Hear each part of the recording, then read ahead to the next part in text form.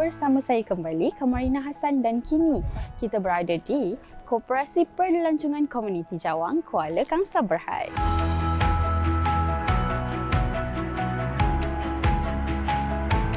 Koperasi ini merupakan salah satu koperasi menerima manfaat program KOD, Co-op Tourism. Jadi mari kita bersama wakil koperasi untuk penerangan yang lebih lanjut. Bersama saya hari ini, Puan Siti Nurlizawati, iaitu Timbalan Pengurusi Koperasi. Assalamualaikum, Puan. Assalamualaikum. Apa khabar, Puan?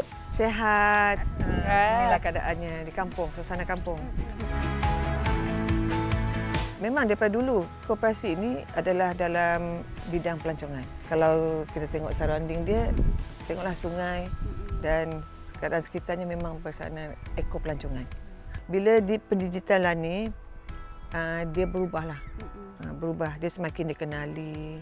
Orang Malaysia saja. Betul. Jadi dia lebih mudah. Dia lebih mudah. Dia buka website yang dibuat oleh pihak IKMA, dia senang akses. Kemudian kita dah masuk gambar-gambar semua.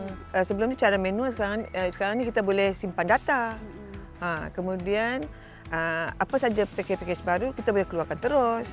Pelaksanaan tugas-tugas harian dia cepat sebab dia menggunakan digital.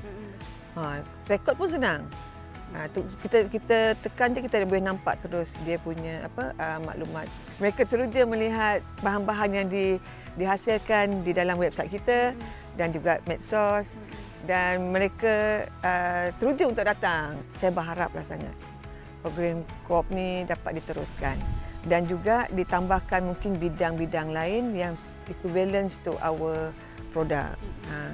Ambillah peluang yang ada sebab peluang tak datang selalu. Bila ada tu, grab. Untuk kebaikan, bukan untuk kebaikan kita saja, untuk seluruh ahli-ahli koperasi itu sendiri. Kalau anda mahu anda koperasi anda dikenali dan juga mahu koperasi anda maju, anda haruslah menyertai program ini. Saya sudah, anda bila lagi?